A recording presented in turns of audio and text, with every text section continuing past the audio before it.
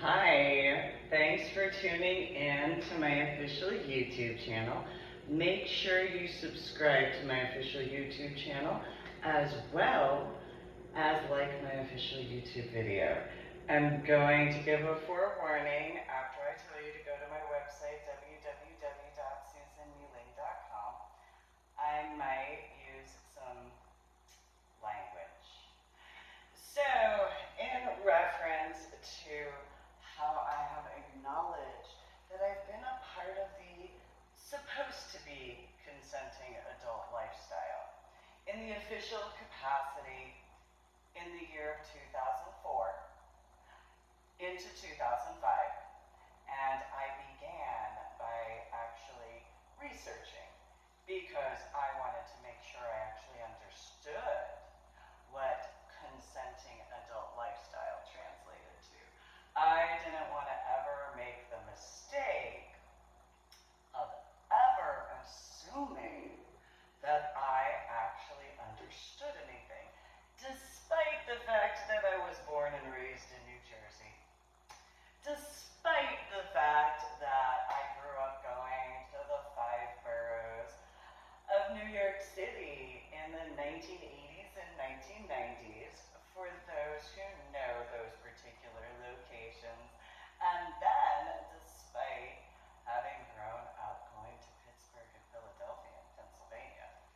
So, for those who understand this particular reference, my biological father had been certified to work on Bulova watches, which includes Rolexes and Seikos, and not just any Seikos, not just any Rolexes, although by technicalities, those types that would be with a comma back in the 1980s, back in the 1990s.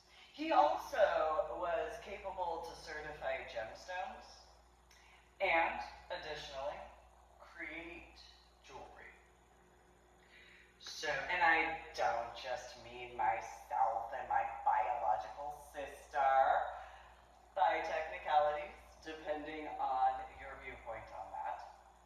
I can be sarcastic at times. And so I learned from my biological father, because of going to these different areas, these different types. And so there were certain areas that, for those who understand, there's a difference between jewelry.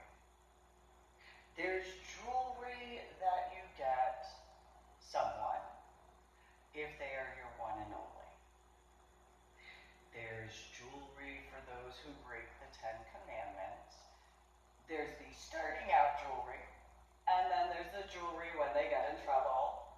And of course, there's the jewelry for the individual that they break the 10 Commandments with.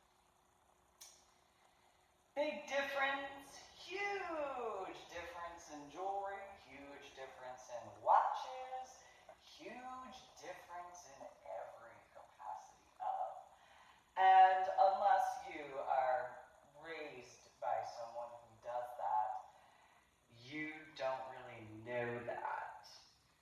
And so I grew up with that. So, besides the fact that my biological father had been a trustee at Old Tenet Presbyterian Church, there's the additional factors that, business is business. So especially in the Manhattan areas, for those who know those particular locations, and so I really got to learn that jewelry. And I also got to learn certain other factors regarding those particular situations, which I didn't really go into those details.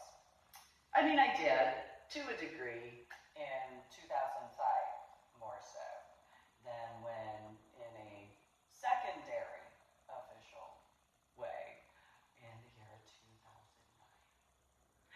And so, while people knew that I had been born and raised in New Jersey, unlike in the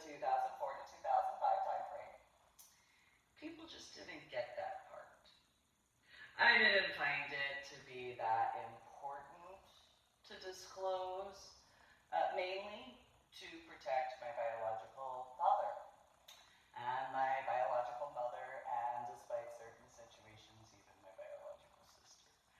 Because him having worked on certain types of watches, there are those who in the DFW area, there's only one person I actually spoke with about that, and he had been going into jewelry. And I discussed certain things, his name being Dave. And he and I talked actually for a few hours. He was absolutely entranced because I knew how to speak the language because I grew up with it. And so I explained how I knew how to do certain enhancements without the technology parts. It's an energetic thing. It is what it is. I know how to focus on some stuff. And so, having been involved in what is considered and is supposed to be the consenting adult lifestyle, I also know the background history. I was born and raised in New Jersey. There are a few military locations, and I did grow up going to the 5 boroughs of New York City, which, again, in the 1980s and 1990s, I had been a beard. Now, I'm a biological female, and I just didn't really mind certain things, and in the 1980s and 1990s, especially during the 1990s, there was this huge situation when it came to the sexuality portion. And so, aside from the 1970s being before the 1980s, there's a huge difference between the swinging portion of the supposed to be consenting adult lifestyle and then the BDSM portion of what is supposed to be the consenting adult lifestyle. And so I kind of figured a little outfit would kind of go in that little bit of a direction for those who kind of know those things.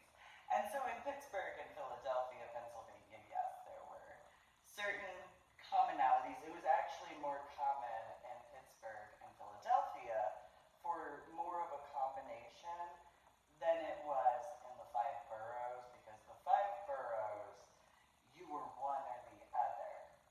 You really weren't, it wasn't that you weren't allowed to be both. It was just you had to distinguish yourself, for those who know.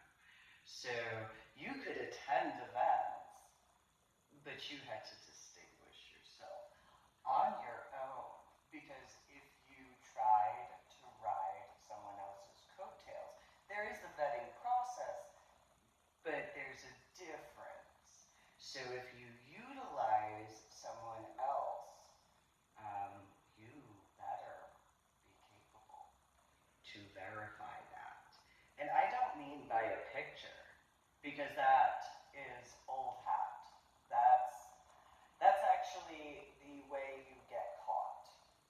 Anybody from the 5 boroughs, especially the 1990s, knows that if you ever show a picture to certain locations, you mark yourself in a very bad way. You find out, usually, in an extreme way. And it's not ever pretty what happens to those who do that at all. I'm not saying I know personally, because I'm alive. Today is the 28th of April, 2022. But I've heard stories in those references. Usually there's this river area that's referred to in that particular reference of certain types. Usually, it's not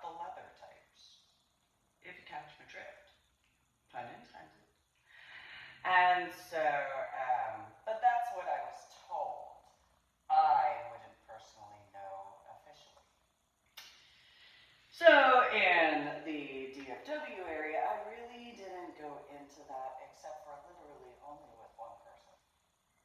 There wasn't anybody else that I spoke about that with at all. Because unlike my biological sister, I know better. So in regards of only one individual, if he had sought out my biological father, he was specifically informed how to approach that. If he did not follow my specific instructions, well, I've met many people who have claimed that they know how people are from New Jersey. And I have yet to meet many people who actually know. And so that would be what it would be for them to deal with. And that's a beast who wouldn't want to wake up. I know. Because once my biological father starts, there's just, that is how it is.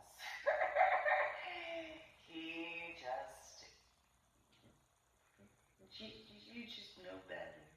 And I gave warnings to people, but they didn't want to listen to me because they thought that they knew me better than I knew me, which probably has to do with either my ex-in-laws and or my biological sister and or my biological mother. That would be on them to deal with in comparison, because I know better when it comes to that. It's one of those, I very much made sure to go by the same guidelines as when I was a child and a teenager regarding that, because there are certain factors regarding how you approach that. And if you don't follow protocol, well then you don't follow protocol. And you want to follow protocol when it comes to that. And that's a precursor in regards to leather. So in leather, traditional leather, it began officially from the military. Officially, leather lifestyle, it doesn't matter which coast, began with the armed forces of the United States of America. It was an outlet for individuals who were accustomed to certain specifics, which has to do with protocol. You could not have someone who was not leather that was from outside for a very long time in the leather community, which translates to you could not be military. So it was a very important starting point regarding the military because of what leather represented. There is the term leatherneck for that particular reference for those who understand that. And so it wasn't necessarily in the LGBTQP way. It did transform to that level because of certain what have yous in those references. And so over time, over the decades, from World War I into World War II, especially in World War II, is where the LGBTQP leather comes in. So in the World War I time frame between World War II, it wasn't that there wasn't LGBT, or I should just say gay leather, because it wasn't LGBTQP then. It was more so a strict protocol where individuals would be capable to have certain things. Later, in some references, you do have the American Legion to a degree. You have the DAV, or Disabled American Veterans. You have the VFW, or Veterans of Foreign Wars. But in the reference, specifically of leather, it began specifically without alcohol, which certain locations tend to have.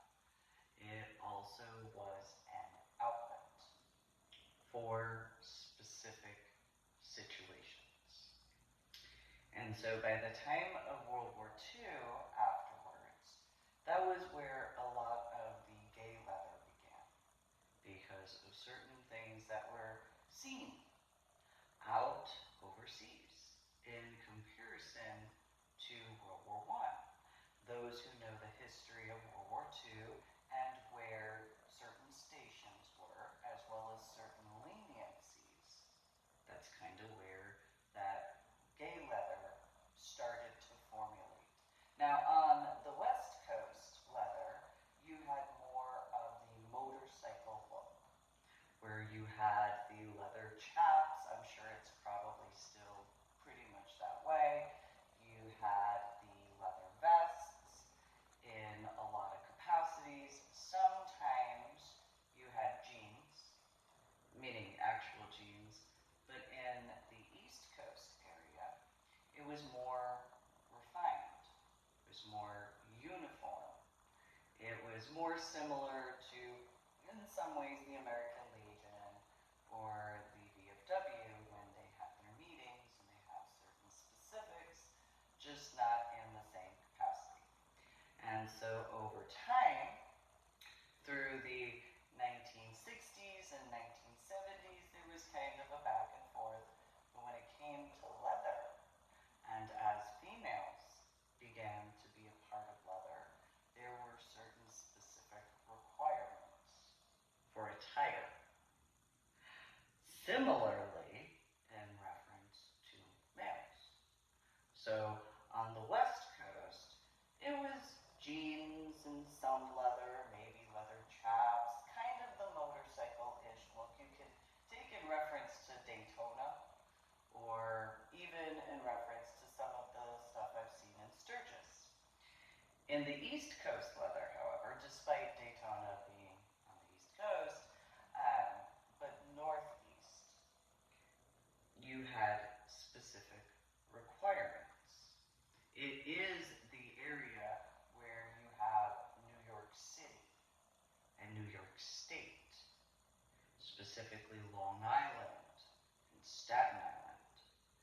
You have, yes, Pittsburgh and Philadelphia, but you get into the outskirts for those references.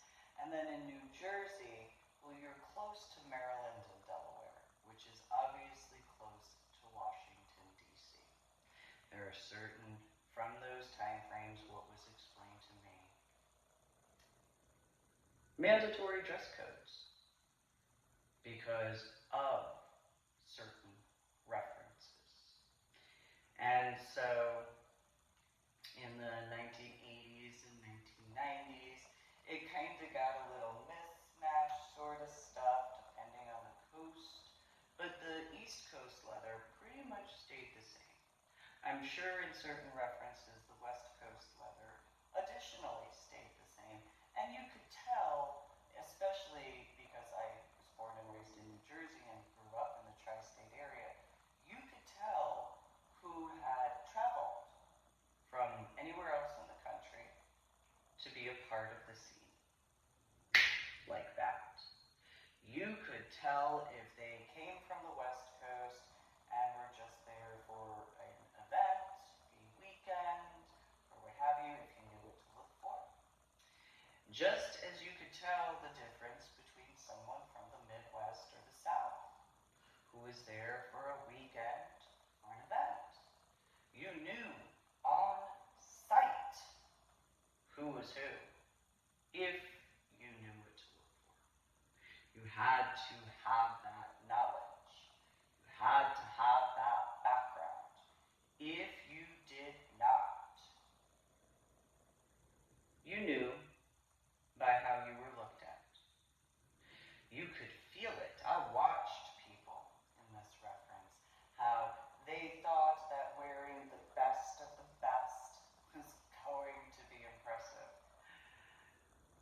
For some, depending on who you were, depending on what your status was in the community. And so while I hadn't actually attended these events, there is the sidewalk. There are the stairs. It's not rocket science. And in certain locations, when going through certain areas, you know.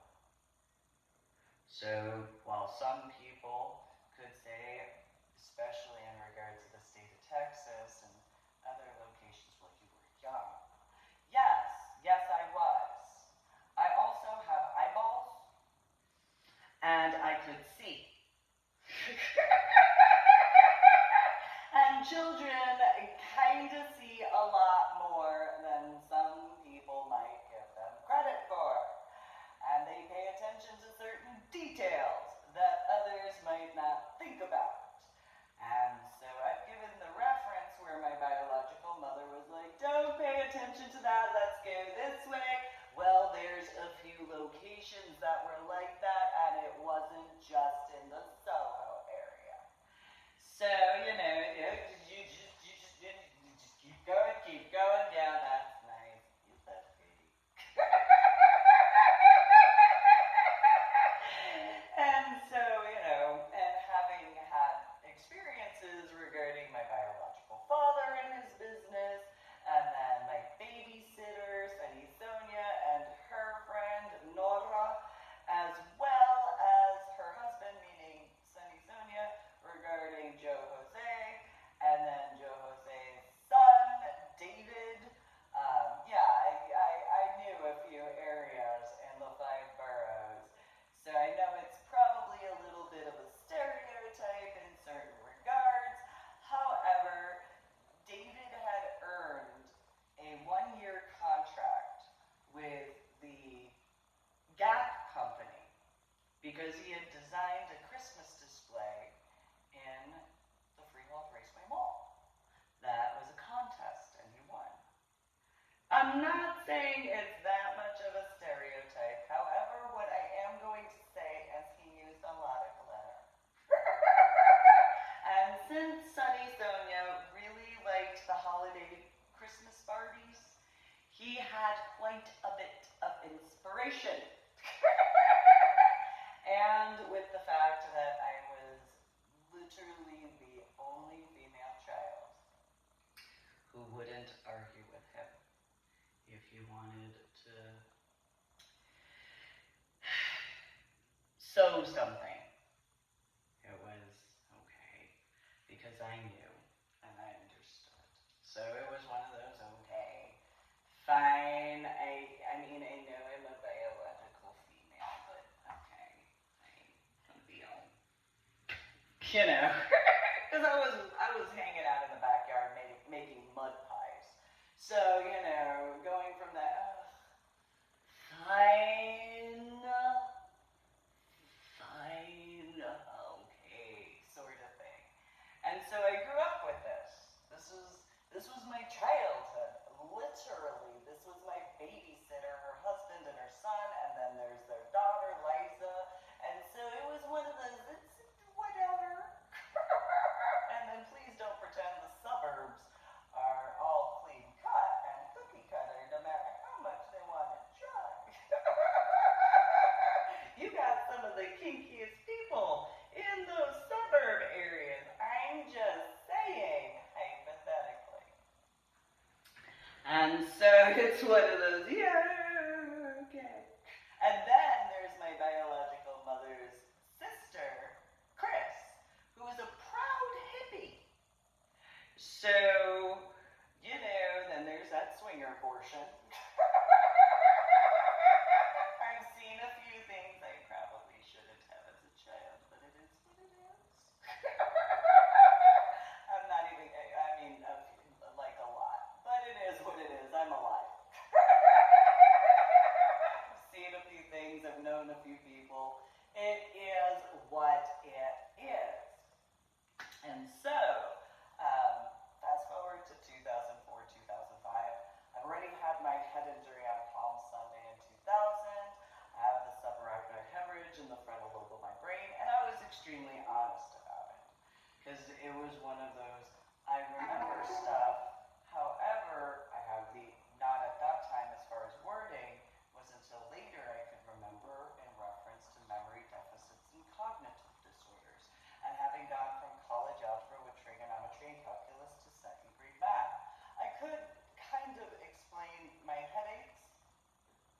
to a degree.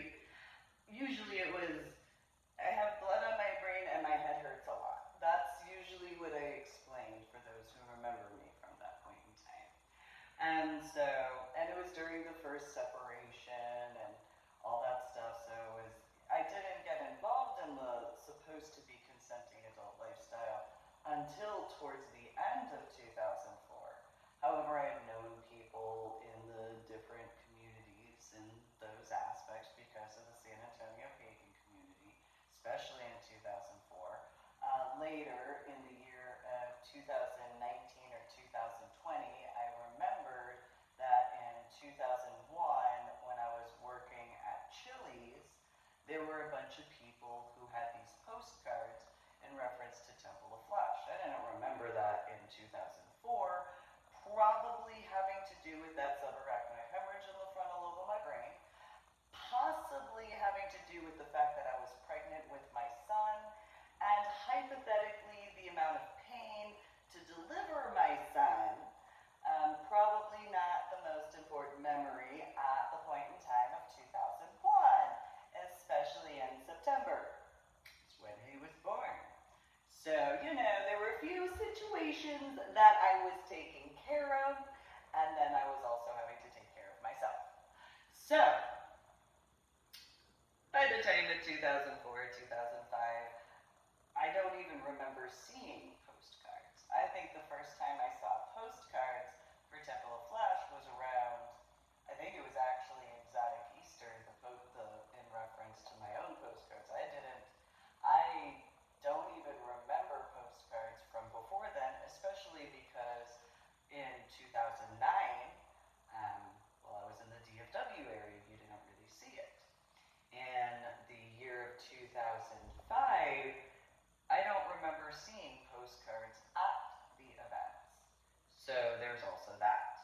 So it was just, it was similar in some ways to New York City and New Jersey, where it was kind of a word of mouth situation. And every now and then there were postcards, or back then it was invitation cards. And you had to RSVP a certain way, and it was on a certain type of card stock, and for those who know what I'm talking about. And so, but in reference to San Antonio in 2004 and 2005, there were some leather, but it was mixed with the swinger aspect. So I went to classes, I went to demos, and I asked a lot of questions, especially because of my age, because I wanted to make sure that I was understanding. I didn't want to make the mistake because of the after effects of my head injury. I did not want, and yes, people make mistakes, I understand this. However, because of my medical, I did not want to make mistakes in that reference. I had one time where I had one hit and I came up, and it was only one time. For those who know Charles, he backed up and put his hands up, and it took me a very long time to calm down from that. For those who know, it took me hours to calm down from that level of pain. Literally hours. So that had occurred around maybe 9:30, 10 o'clock. The following day, possibly around, I think maybe 9, 10 o'clock in the morning, I slowly started having my pain levels decrease because of how much. And it wasn't a hard hit. It was very light. However, because of the amount of pain that I was already in and the subarachnoid hemorrhage in the frontal lobe of my brain, I literally just saw white everywhere. And so there's actually an official YouTube video of mine. And if you go back in the initial time frame, there's a white filter. That is literally how everything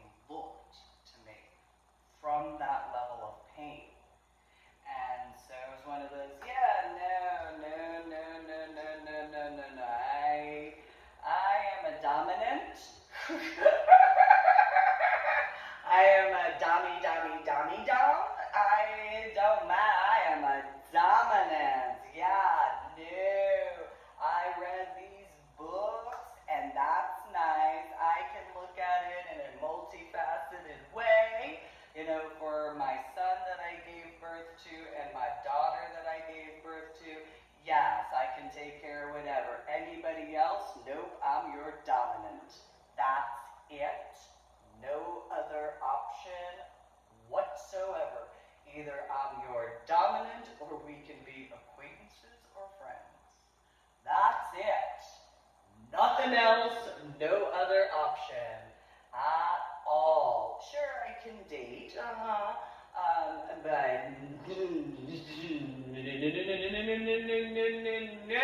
no. I am dominant. Yes, like, that night was beyond eye-opening.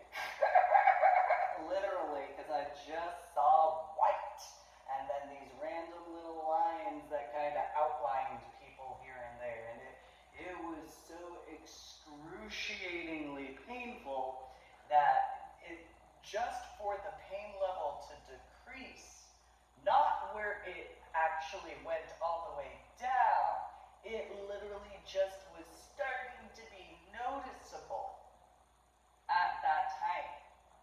It was that painful for me. So after that, which I already had begun asking questions, I already had started reading books, I dove into those books because it was, I don't want to go through that again. That is a full-fledged red on any pain in that level. And anybody who wants to try to do that to me, you got a green light that you gave me for the pain you caused me non-consensually. Automatically, because it is supposed to be the consenting adult lifestyle. And so anybody and everybody would automatically have given me the green light. In that reference, automatically, because you would have been informed of the after effects of my head injury. You would have been informed as to the subarachnoid hemorrhage in the frontal lobe of my brain. You would have been informed that it took 8.5 years for that subarachnoid hemorrhage to dissipate out of the MRI and CAT scan view. You would have been informed that I deal with daily headaches. You would have been informed that I deal with migraines throughout the week. You would have been informed that I deal with memory deficits. You would have been informed that I deal with cognitive disorders, and you would have been informed at the very least with that entire combination that I deal with, having gone from college algebra with trigonometry and calculus to second grade math. You would have been informed of that, and automatically you would have given me the green light for anything and everything. Automatically. If I picked up on it energetically, like that. Because I had gone into the fact that I'm an ordained reverend. I had gone into how I'm a confirmed member of Presbyterian Church USA, of Old Tenet Presbyterian Church. It would have been automatic. Automatic. And there would be nothing that you could say that would ever be good enough for me. If you chose to non-consensually ever do anything, knowing the after effects of my head injury. That's my opinion. I explained it back in 2005. And it was agreed upon by everybody that I spoke with. I asked a whole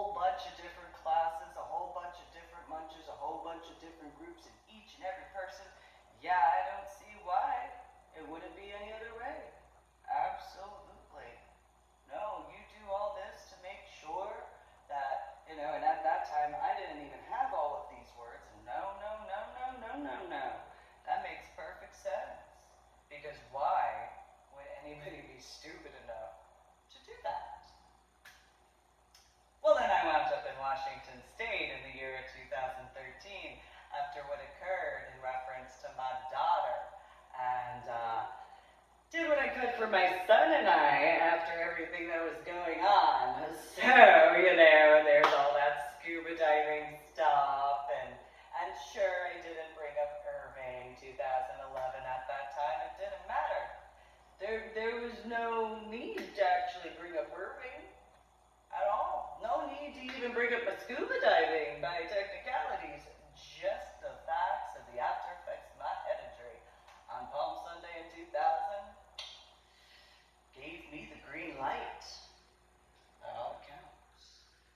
And so, in the year around 2011, I think it was 2012, I created the Munch Brunch.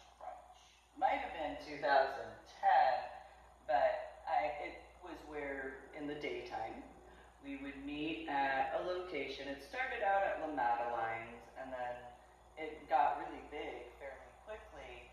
And so in order to be capable to host the event where people were just capable to talk, it was for people who maybe they had time during the daytime, whether it was lunchtime, because it was a lunch munch brunch, and could just ask questions, could discuss various aspects, and I didn't give my opinion, I didn't give my bias.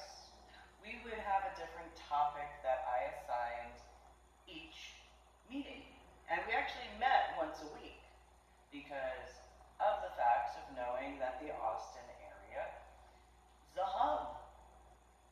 So you have the airport, you have a large amount of groups, you have plenty of stay-at-home parents as well as stay-at-home workers. And it was an event that, if you were someone such as myself, where you spent a lot of time focusing on whatever, you could actually have an adult or mature discussion, but without the connotations, without the automatic assumptions. You could dress in regular attire, or if you wanted to dress up, that was your choice. It wasn't a mandatory dress code. Very different from leather. It was a way that if you had questions about certain concerns, you were capable to ask.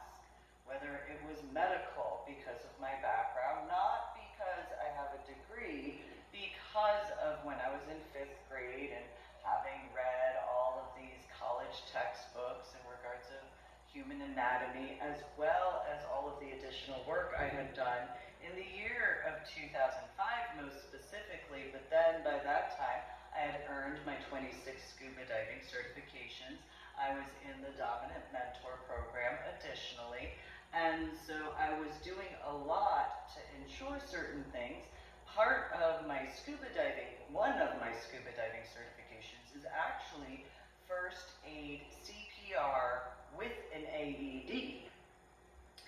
And then in the Dominant Mentor program was an additional class which was taught by firefighters. And so it was one of those, okay, that's great to be capable to have that, to be capable to assist. And my only requirement was if you're going to have something to eat and or drink, make sure to take care of the staff. Make sure to clean up after yourself and be respectful. Have etiquette. These are minimum standards. That was it. And so there wasn't ever any problems, there wasn't ever any issues in regards of lunch munch brunch. There was a situation that I didn't have a problem with. There was a problem in regards to another group called Club Fed. And this male had shown up. He was in a black suit pants, black suit jacket, black tie, white button-down shirt. He kind of had some bandages, and it was okay, it was the state of Texas, and as many military guys, that sort of factor. People having traveled in don't know what hospitals are in the area with specialty locations. And yes, okay, in my childhood I met a lot of guys. They didn't usually have bandages that way though.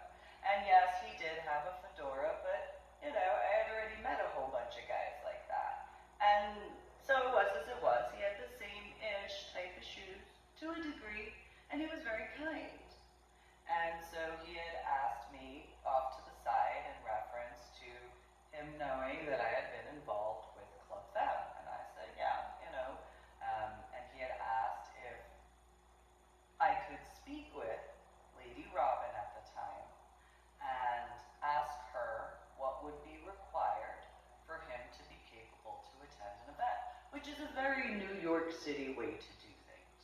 It's an extremely New York City way to do things because you don't have the assumption in certain references. So right in front of him I called, it wasn't a big deal.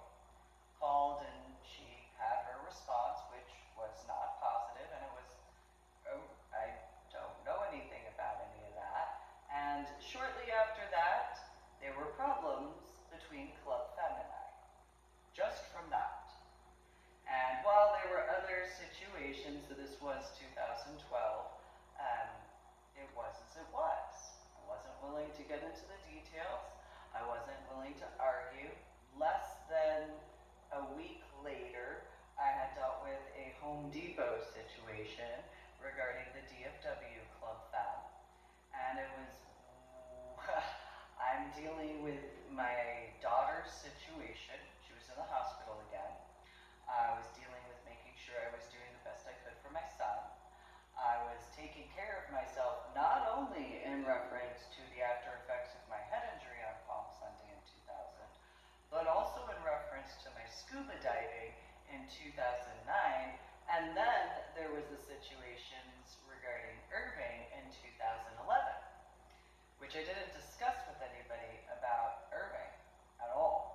There was, in my opinion, there was no point for me to, because of the fact that I was dealing with everything that I was dealing with, and there wasn't anybody that I knew personally that was doing anything that actually assisted me in the correct capacities as to what was actually needed.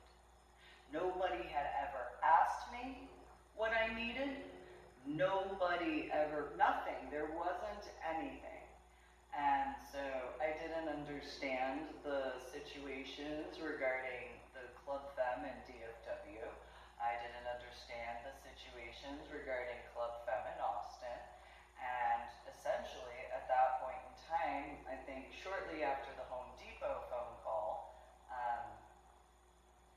I just wasn't going to Club Femme in Austin anymore because I wasn't willing to deal with quite a few things.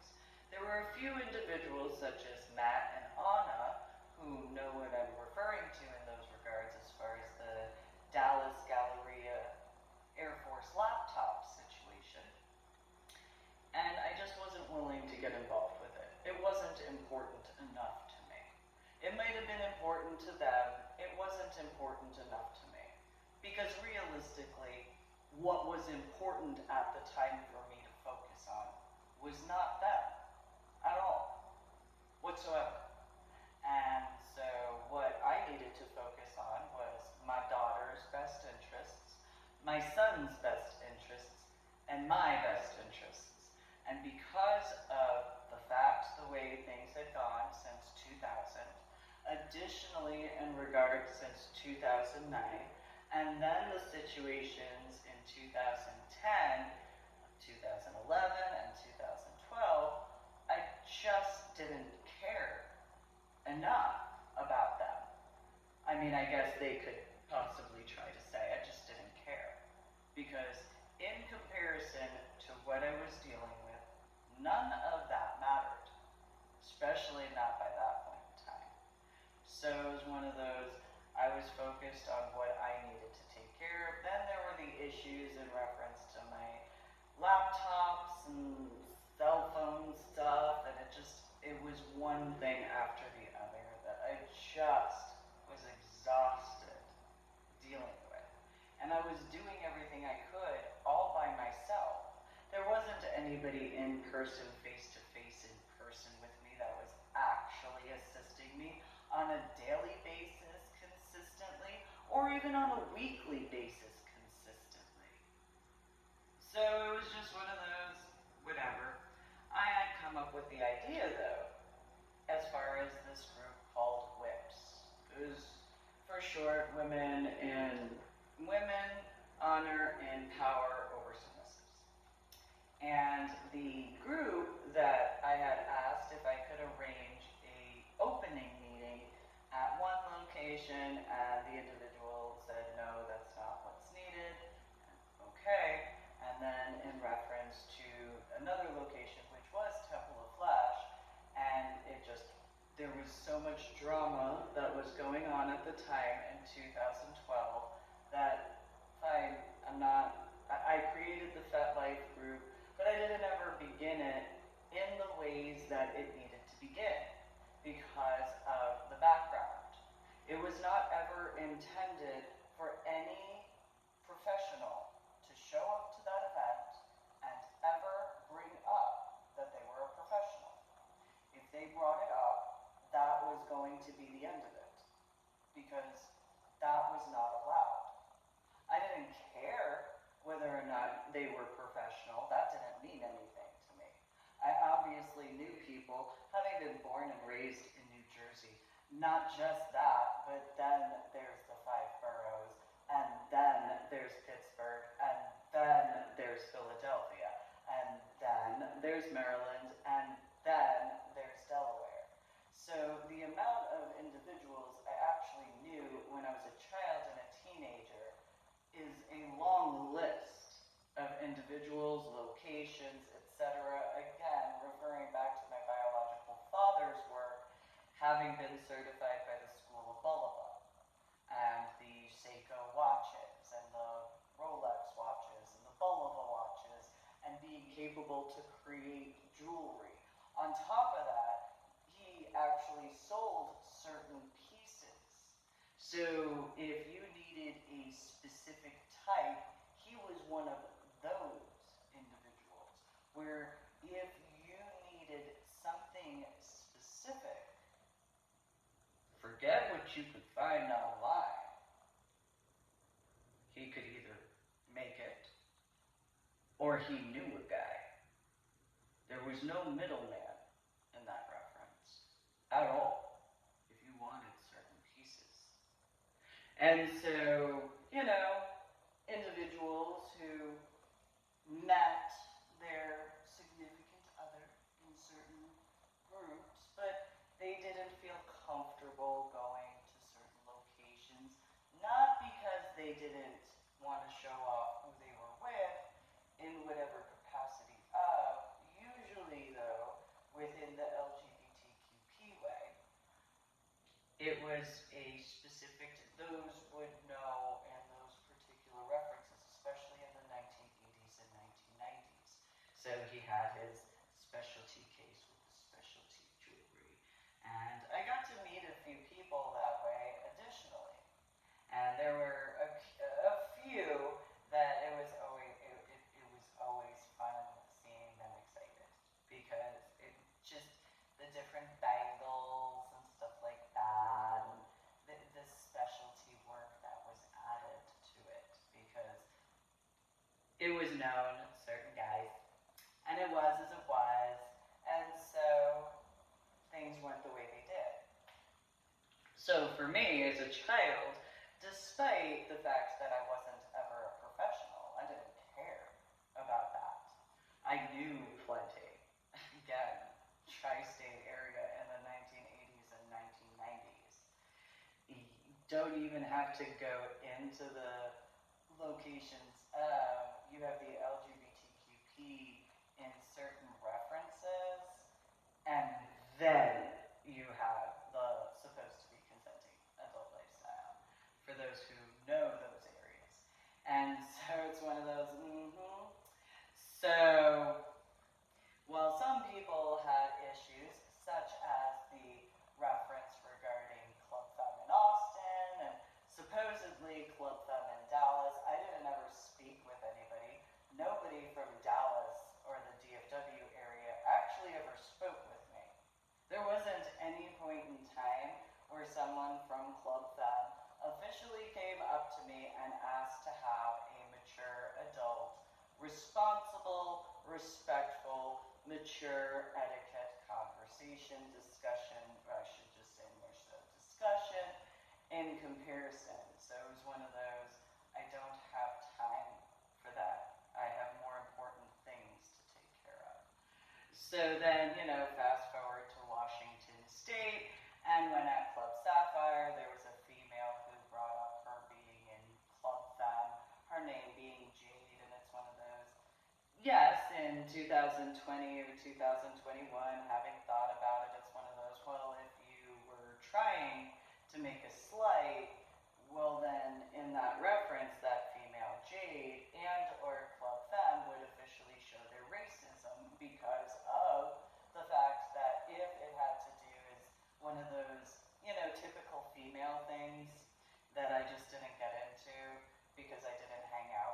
females that were like that. I didn't get along with females that were like that, and I didn't get along with males that were into females that were like that. Because usually the males that were into females that were like that usually were the same type, but in a male body.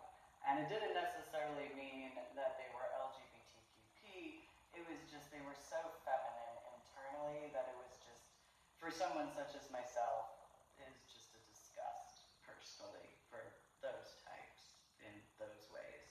And so it's just one of those, I don't have time for that. However, if it was because by that time I had already published my books and copyrighted them, and all of them are copyrighted, and in those clarifications, and so in reference to, it's one of those, if that was in regards of my cousin Jade, she was not Caucasian. I don't care what some people might have assumed. My biological father's side of the family, his Aunt Helen, who is my great Aunt Helen, married my cousin Jade's dad, who was African American, born and raised in the Harlem area. And his mom and dad, who would be my cousin Jade and my grandmama and grandpapa, had been a part of both Malcolm X and Dr. Martin Luther King Jr. as far as the civil rights and those movements during that time frame. And there were several others that I grew up spending time with, not just in the Harlem area. I haven't denied Queens, I haven't denied Brooklyn or Harlem. I've already brought up Harlem, but the Bronx, and there were certain sects within the Manhattan area, to a degree, in the 1990s more so than the 1980s, but there were plenty, and that there was their wedding, that the caterer, there was an issue, and I cooked this huge, my biological father and I, we went downstairs. He actually grabbed me because he was like, Susan, and it's like, what? And he goes, we need to go downstairs, and it's like, why? What's the problem? And I had, irony, I had been all dressed up and stuff like that, and the caterer hadn't shown up. They weren't willing to come in the area once they realized where it was. And so it was a 3-floor location, and so the kitchen was in the basement, and so he was like, you need to do your thing. Okay, that's fine. And so looked through the fridge, looked through the different cabinets, found what I could, and just kind of put everything together in the big silver. It was probably about 2.5, 3.5 feet around in diameter. It was about 3, 4 feet tall, and did what I could. And he was just like, you need to make enough for everybody here. And it's like, okay, I'll do what I can.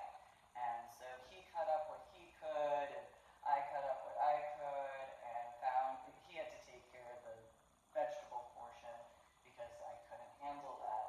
But in regards of the different meats I found, some of the other non-fresh but whatever vegetables, and found some seasonings, and then I found some stuff to make cornbread, and then I also found some honey, and I kind of mixed the honey in with the cornbread, and then I kind of did this little thing on the top of a little bit of a glaze. And so it's kind of, had to do a little something, something special. Because it was their wedding, so it was like, well, I'll do what I can, do a little something extra, well, whatever. And I had to do everything in my wedding reception attire, so I had to have these towels that were wrapped around and tucked in, and it's like I have this huge bib on essentially, but it's not, and because of the flour and everything, or cornmeal I should say, mixed with the flour, and doing everything from scratch, and it's like doing what I can, and it's like, move faster. It's like, I can only do so much. I'm in elementary school, give me a break. And so I had this, I knew that it wasn't going to be, I needed to add flavor, is the way to put it.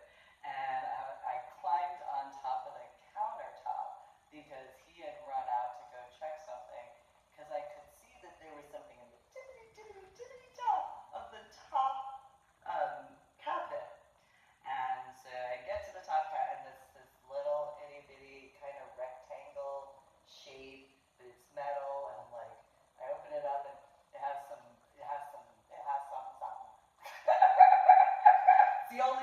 grandmama put it. It's got something.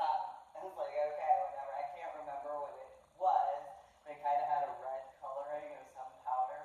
And so it's like, okay, and do that, and whew. Got in my nose a little, whew, this red, whew. I can make fun of my hair color at this point. It's just, whew. One of Grandmama's neighbors comes down and she's like, oh, I thought Grandmama was here. I'm like, oh, no, it's just me. She asked me what I did. I showed her and she goes, you smelled it straight from the can, didn't you? I was like, yes.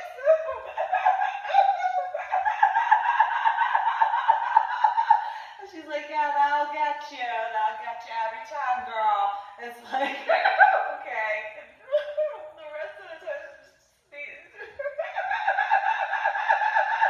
I guess I could make the joke, bippity boppity boo.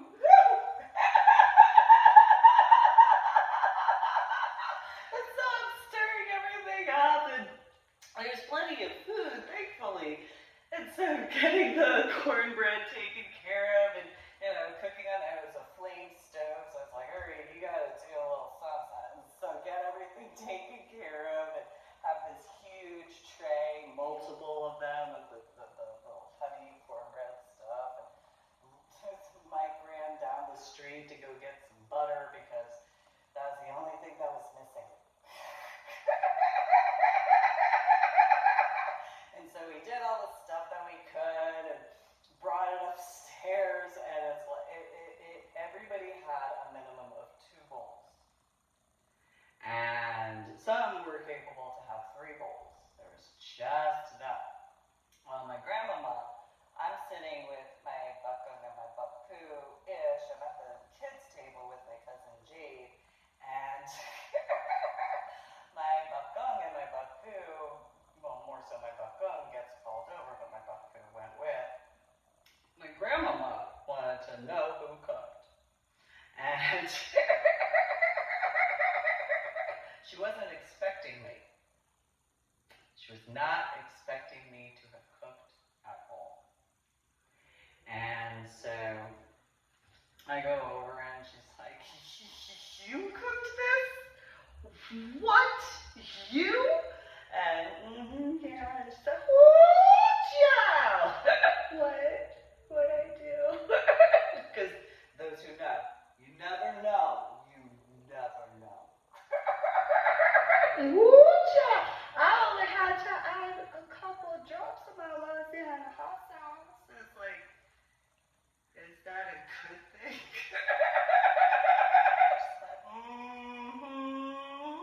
Like, okay. She had this huge whatever, it's like, okay, and Grandpapa was like, I just add a little dash of pepper. That's all I did. I'm just letting you know, I add a little dash of pepper. It's like, okay. No insult to the cook, just letting you know. It's okay, it's okay. I had to cook it for everybody. Anna couldn't eat it. It's too spicy. And so was as it was, same thing with Patricia, was as it was.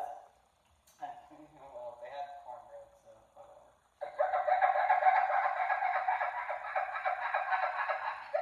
And so, but yeah, no, Grandmama freaked out when it came to the cornbread. She's like, girl, how'd you do that?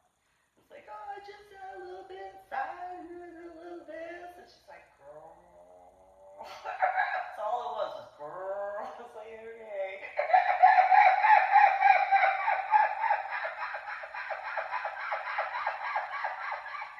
It was as it was, but by the areas of where people were arranged to sit, well, you knew who was who.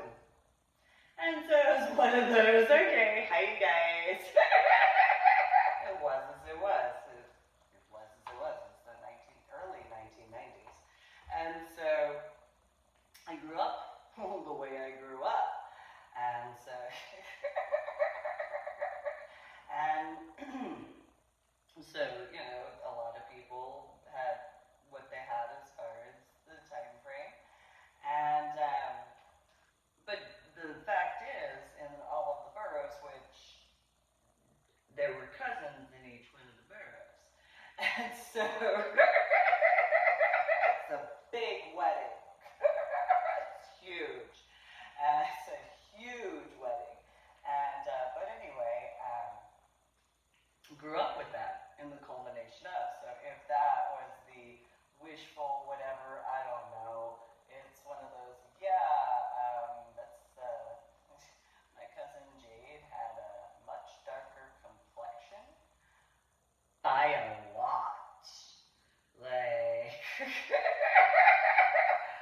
by so much because her skin tone was lighter than my skin tone at night. And it's like, looking back in 2020, 2021, it's like, yeah, sure, you could get a fade and you can do whatever, okay, if that's a reference, because I remember there were certain problems regarding Club Femme, because in Austin, some of the females were complaining about certain ones that were wanting to join, and similarly, as to quite a few other situations, I dealt with well, why would you be okay with them being here? Well, what do you mean, them? If they're a female dominant, what does it matter? Why would it matter in the slightest? What their name is, what their skin tone is, what does that matter? And these are people who are proud to vote for 44 as far as President of the United States of America. And so I was completely baffled. And I dealt with what I dealt with, and it was as it was. And it's like, I don't understand the problem. It's similar in certain references to scuba diving. I hadn't ever met, there's only one guy who, which is an irony that we had briefly dated, who had a darker-ish complexion. He was kind of tan. Maybe Hispanic background or something. Like, there were a couple who were tan-ish, but he was kind of darker in that reference compared to. And so it was one of those, I didn't really understand those particular references regarding Club Femme in Austin, of any location, and then having been born and raised in New Jersey, Pittsburgh, Philadelphia, and then the 5 boroughs when it came to certain locations. For that clarification as far as skin tone was concerned. So I had no understanding or idea why it was a problem, and then I dealt with, well, of course you wouldn't have a problem. Look at you. What is that supposed to mean? And it was, well, your hair is that way, your skin is that way, you dress that way, and it's, what does that have to do? You're young, you're not a professional, you're this, you're that, and what is the problem? And so by the time, in reference to the guy at the Munch brunch, it was like, I'm not, I can't even. I'm dealing with so much stuff, and then maybe, I think the most would be 2 or 3 weeks later, and the phone call from Lady Robin when I was in Home Depot, and it's like, I just don't have patience for this. I don't care. I mean, it's not that I don't care, but in comparison to what I needed to take care of. And it was one of those, if this has to do with because I stood up because of knowing that there wasn't one female who realistically had darker complexion than even, and I'll bring it up, when it comes to my ex-sister-in-law from Georgia. I mean, even her skin tone wasn't involved in that. And it's like, you know what? That's okay. I don't need to be involved with a group that's like that. That's fine. Especially if you're going to be proud to claim that you voted for 44 and you want to bring up whatever you want to bring up. I know what Miss Michelle looks at, and I know the term happy wife, happy life. So, yeah, no, that's fine. No, that's fine. I'll acknowledge I didn't vote for 44 either time, but at the same point, it was one of those, yeah, no, I don't, I'm not gonna fight for that sort of garbage. And so when it came to whips, it was one of those, it was open because of that. Because I wasn't willing to allow, it wasn't where, it literally seemed as though, not only in regards of Club Femme, but in a multitude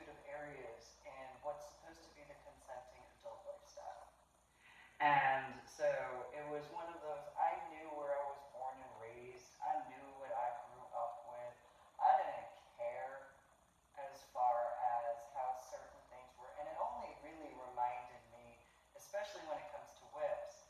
So in San Antonio, it's also known as Military City, USA, because there are 5 military bases.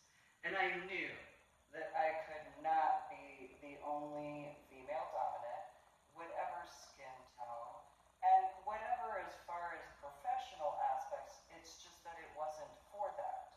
It was for education.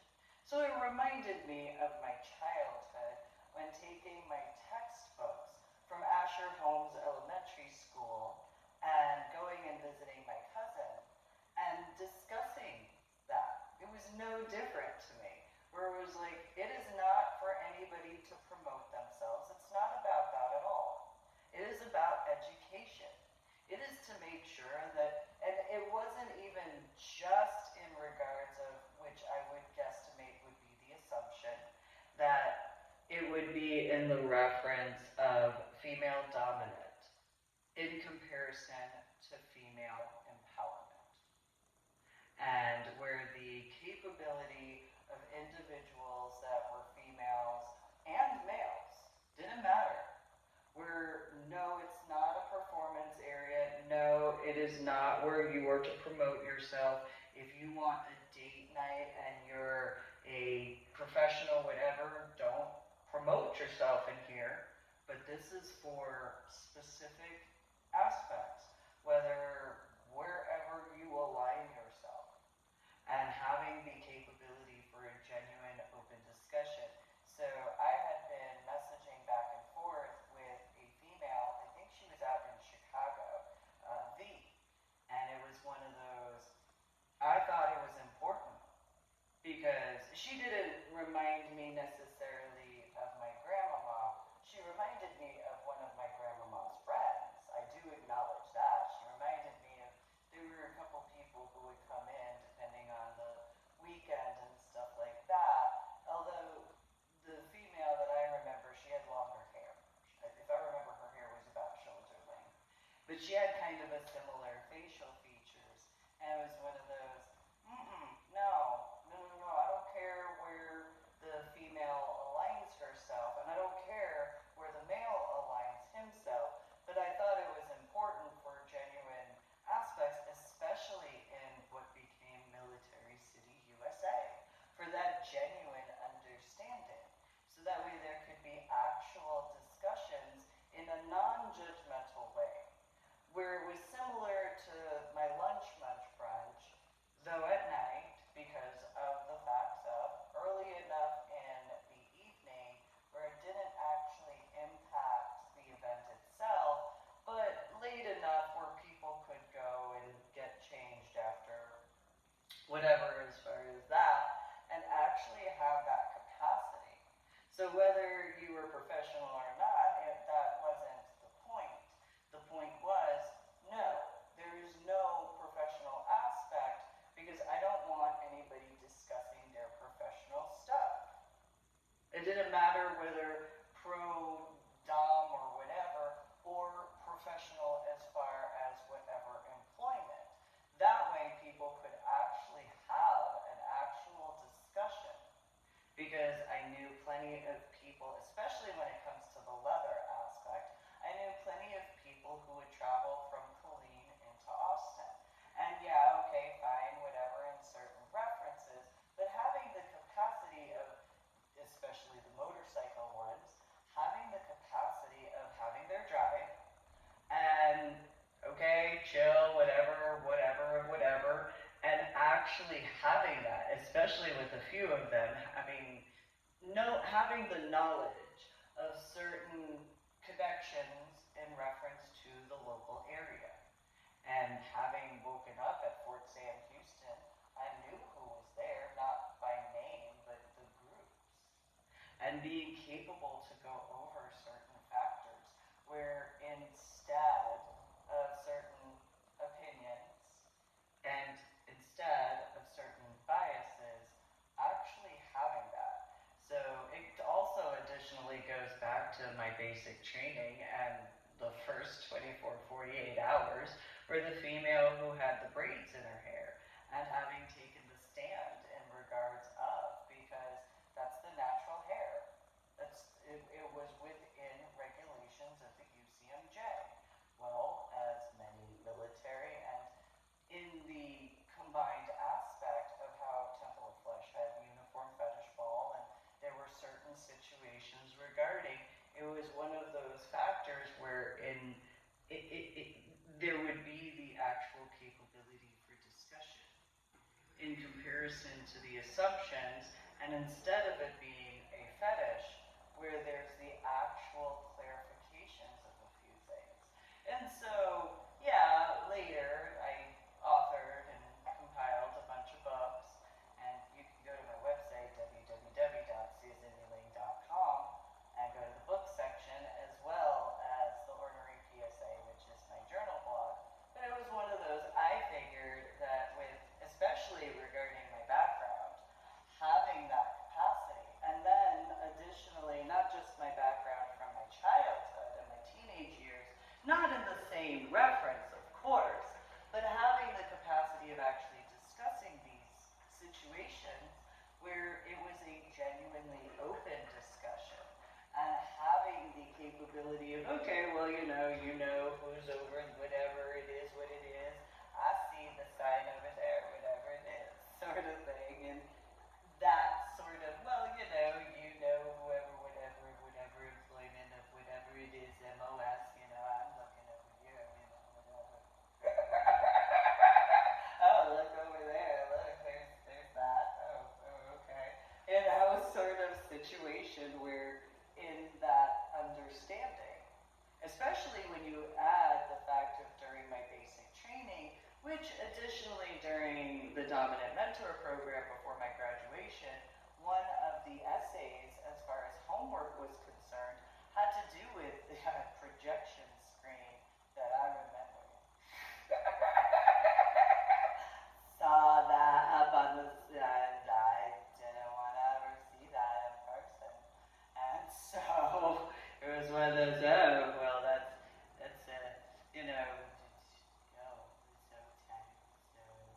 and granted, some of those pictures were from, I think they were circa 1920 something another, and it's like, oh. I already wasn't allowed to do certain things until I was 16 years old. When it comes to dating,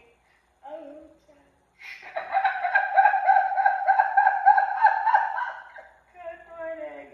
So, it was as it was, though. It was literally just, this is more of an educational aspect, and having the capacity of those understandings instead of having the repetition of what occurred in the tri-state area especially, but along the East Coast, realistically, and the West Coast, in the 1980s and 1990s.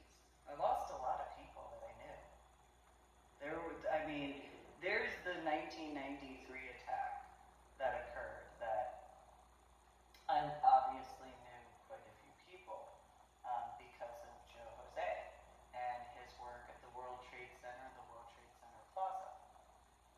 Well, before then, the mid to late 1980s and early 1990s.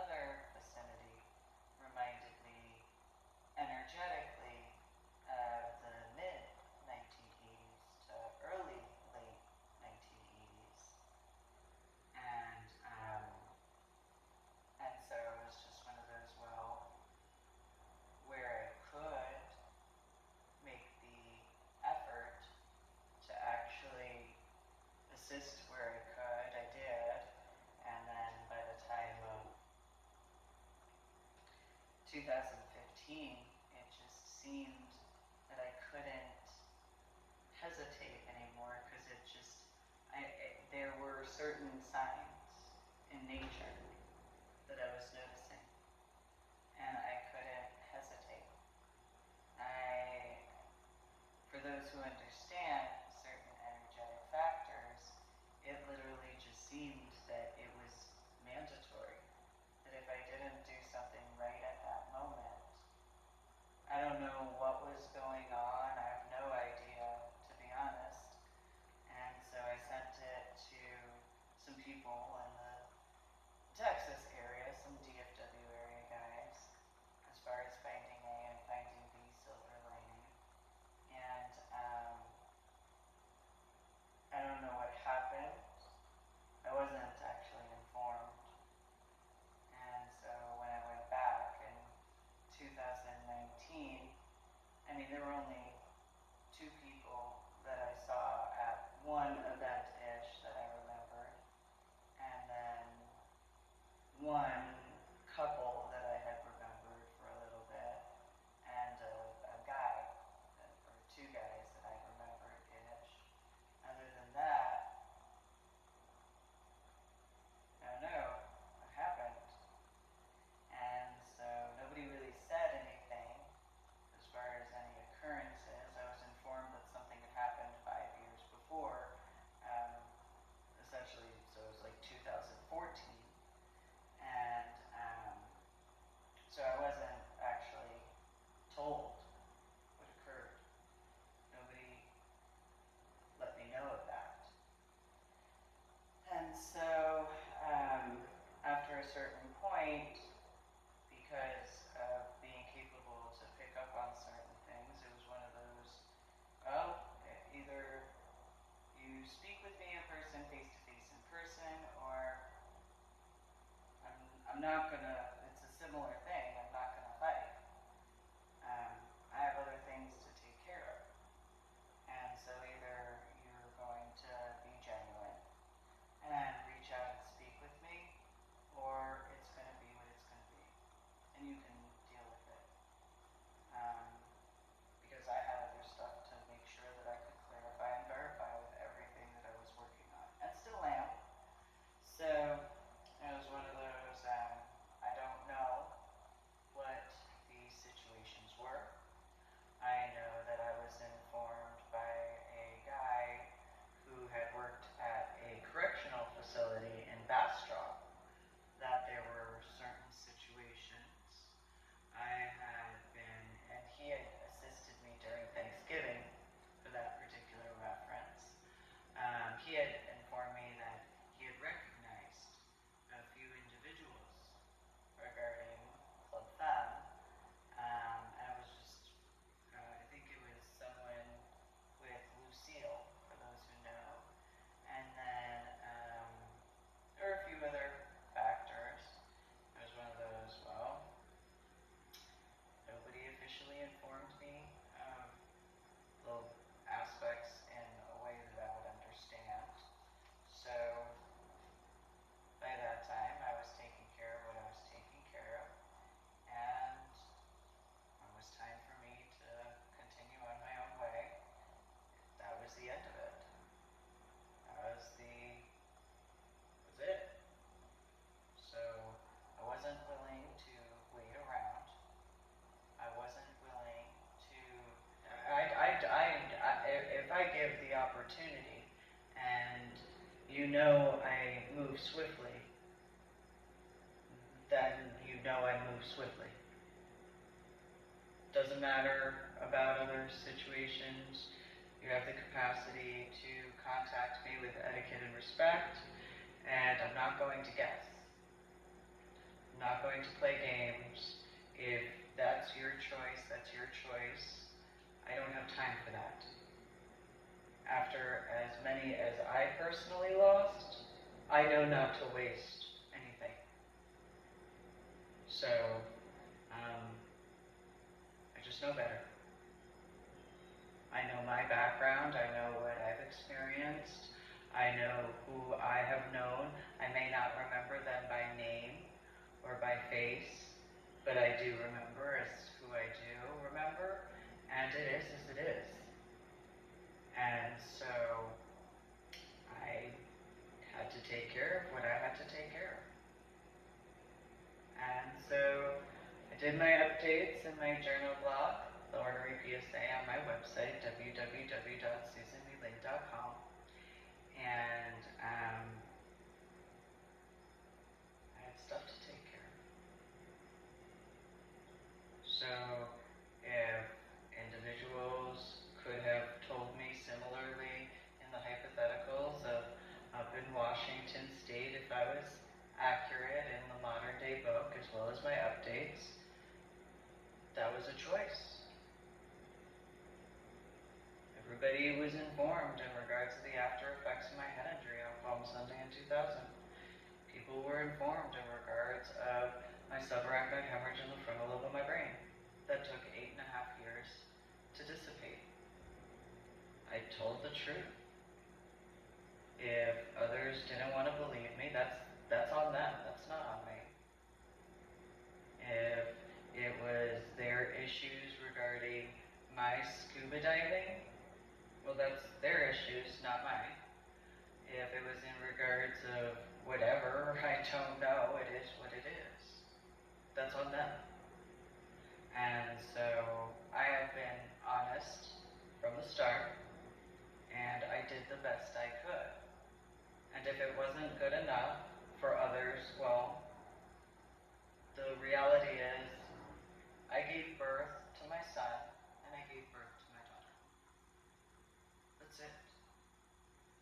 I'm not here to raise everybody else.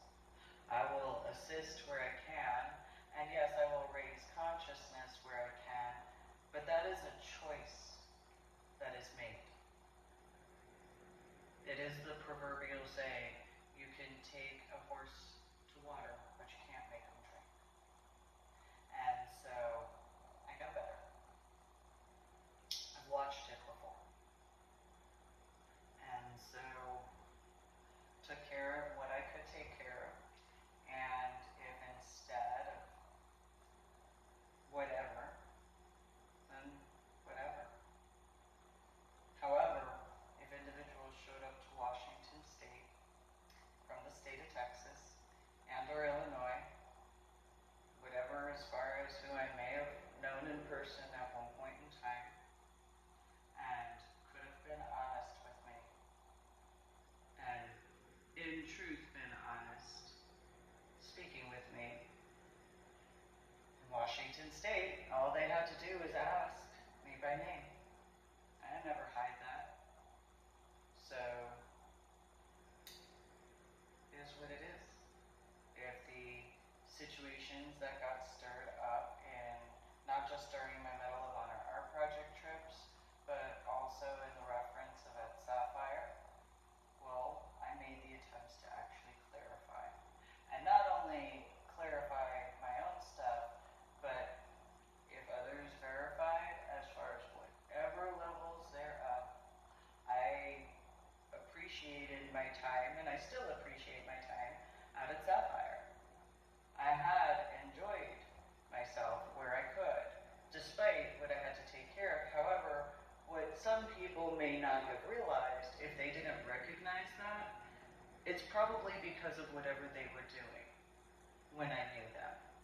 If they had shown up from, especially the state of Texas. So if people from Texas talked with people at Sapphire and claimed whatever they claimed, all they have to think about is what situations were during whatever years I actually knew them. And while they may not have paid attention to what I actually was taking care of, that's on them. So in reference to the needless drama that I dealt with in the state of Texas, most specifically from the time frame of 2009 through 2013, it's exactly that. It was a bunch of needless drama that I didn't need to deal with from 2009 to 2013.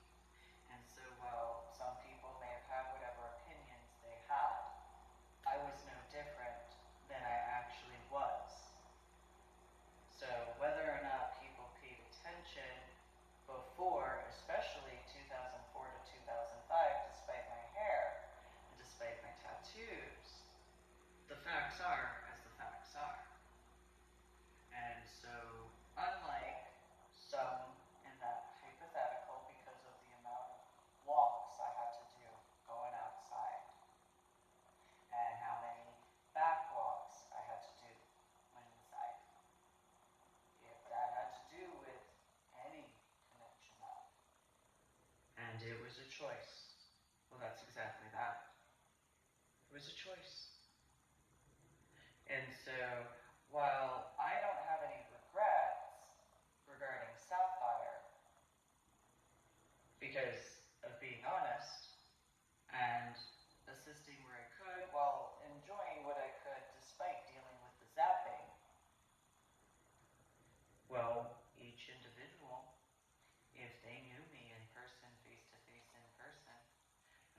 choices they made, if accurate, and that includes during my Medal of Honor Art Project trips. Well, that's for them to evaluate whether or not they can say the same thing.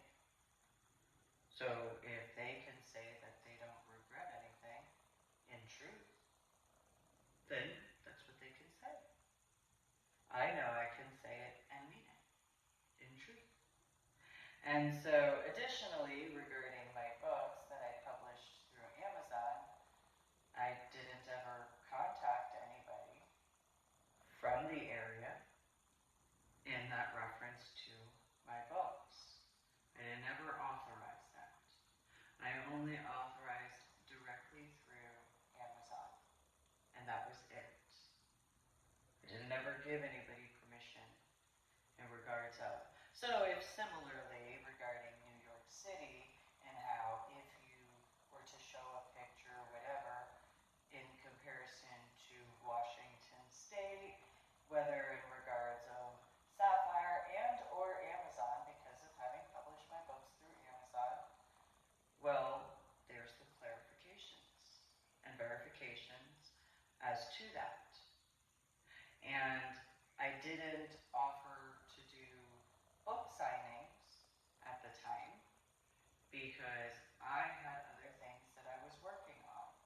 And while I did send out some books, I wasn't willing to do book signings just yet because I had other things that I was working on. And so while it wasn't that I didn't think about it, I knew that at a point in time, either Amazon, the company representative specifically, would inform me officially in the capacity zone, and we would work about the schedule, or I would contact them when I was ready, because I needed to make sure, especially after some of the stuff I was picking up on in the year of 2015, before going to Club Sapphire, I needed to make sure for myself as to quite a few situations. And so it wasn't being lazy. Hopefully Mr. Bezos and the Amazon company don't view it in that capacity. It was more along the lines of I needed my own time for my own work, and I additionally had other books to add per series before I was willing to go in that route. Because I am a bit CDO, and I do prefer to make sure things are as organized as I possibly can. So, because of my background and because of where I was born and raised, I know that there are certain types of individuals, especially when it comes to the New Jersey and New York City and Pennsylvania areas, but more specifically New York State, Staten Island, and Long Island areas. I know where I came from, and I know for a fact that having all the ducks in a row and being as organized as possible, but while being respectful as possible, is a mandatory. It is a huge situation when it comes to respect and etiquette. And while there are certain situations regarding FetLife and that particular notation, that's in the state of Texas, and that's what that was. So, in the reference of knowing more specifically regarding finding a silver lining, I knew that in order to do things a certain way, for where I came from, I needed to, and those who know individuals from this area, very much, I'm sure they could possibly look back during, more specifically, the time frame of 2019 through even now in 2022, and be capable to understand when looking at all of the combined factors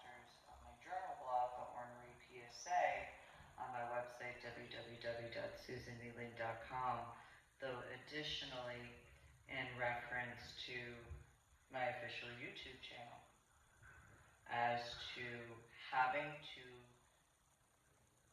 have everything in a specific, organized way where the clarifications and verifications are there, as well as in reference of the individual series more organized, because I know what colleges are out in that area. I know that there are many who graduated from those particular colleges, and with those references, I'm having to make sure that I have the etiquette and I have the respect regarding those particular individuals, most specifically, whether they went there during the time frame after 1998 or before. I know where I came from. I know the individuals in an overall way of where I spent time. And in order to make sure as to the respect regarding Amazon for having that capacity, and not even knowing that Mr. Bezos went to Princeton. Oh yeah, no, I am absolutely so glad.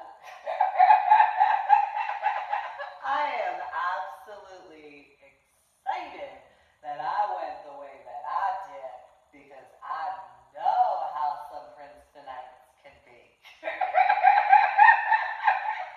I know for a fact. And he worked in New York City? Oh yeah, no, I had to.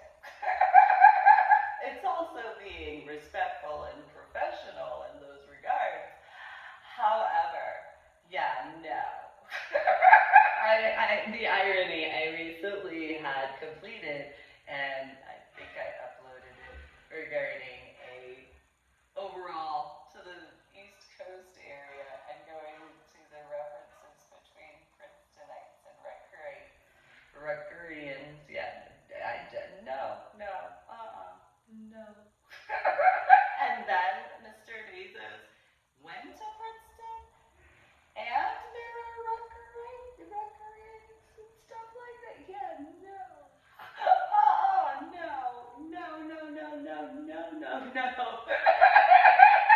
I'm not getting in between that. No, because I know for a fact. And then there's E equals MC squared, and he went to Penn State. Okay. A perfect trifecta on that? Are you kidding me? No. Talk about in regards of having to have everything ideally aligned as best as possible when it comes to details. Yeah, okay. Anybody who understands that, you know. That's it. And then there's Neil deGrasse, and he's apparently in the New York City area, and yeah, no. And then I learned about Joe Rogan experience, and he's from New Jersey. Oh, yeah, no. Total CDO-ness. Yeah, no. I can make the joke. Hey, cool. Martial arts awesome, then you know. Especially in the New Jersey area. Anyway, you guys have a great day. Thanks for tuning in to my official YouTube channel. Please make sure to like my official YouTube videos. Subscribe to my official YouTube channel. If you're going to leave a comment, please do be respectful and have etiquette.